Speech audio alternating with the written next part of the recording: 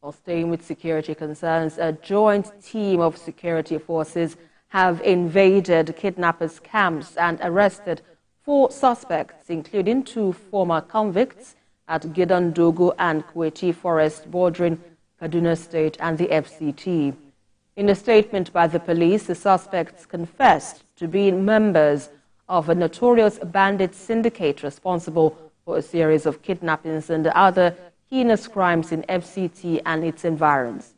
The coordinated operation, which resulted in a gunfight between the bandits and the security operatives, forced some of the bandits to flee while their victims were rescued. The illegally erected structures by the kidnappers in all the patrolled camps were also destroyed.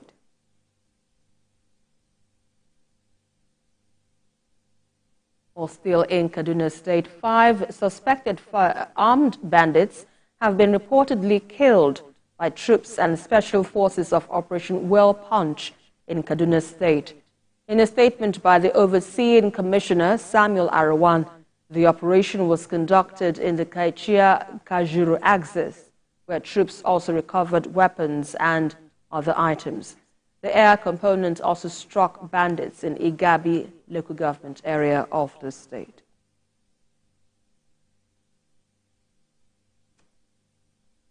Another sad development from Kaduna State, where armed bandits have abducted a Catholic priest in the Zaman Dabo community, Zangon Kataf local government area. The abducted priest, Gabriel Ukeh of St. Thomas Catholic Church, was reportedly taken from his parish rectory earlier today. Vicar General of the Kafanchan Catholic Diocese, Emmanuel Kazah, confirmed this development in a statement. As at the time of filing this report, the police authorities in the state are yet to comment on this development. Let's get more on this development. Has been joined on the news to tell us more about this story. To tell us more about this development, Kafanchan, Vicar General of Kafanchan Catholic Diocese, Emmanuel Kazah. Good to have you on the news at this time. So briefly run us through exactly how this happened and what has been done ever since then. Okay, thank you very much for having me, Esther. From the report I received from the person that is stationed at the parish, we were told that the kidnappers were in the house early in the morning at about 1:32 a.m. And when they got into the house, they met with the steward, brought him out of his room and asked him to show them the room of the parish priest, that is Father Gabriel Ukeh. And the moment he showed them the room, the door was bolted. And since they couldn't gain access to the room, they had to use their guns to, destroy the lock. And they got into the room and picked him up. But before then, they had to lock up the steward in a room. But by the time he discovered that the whole place was quiet, he rushed first the catechist and informed him about the development in the rectory. And eventually he moved to a military station or a military base that is not far from the house. It's about 500 meters away from the house, which means whatever thing that happens in the rectory would have been heard by the military personnel that are stationed in the area. But when he met them, they told him that they don't even have fuel in their motorbikes, so they can't do anything. Moreover, they have not received any instruction from above to intervene in the situation. When eventually they got an instruction to intervene, it was already late because the track was closed, so they couldn't trace the abductors. And after about 15 minutes search, they returned to the base, and that is it. So far, the abductors have contacted us. Unfortunately for us, as priests, the moment you wear the cassock, you're already being considered a martyr, and the church does not even, negotiate with terrorists.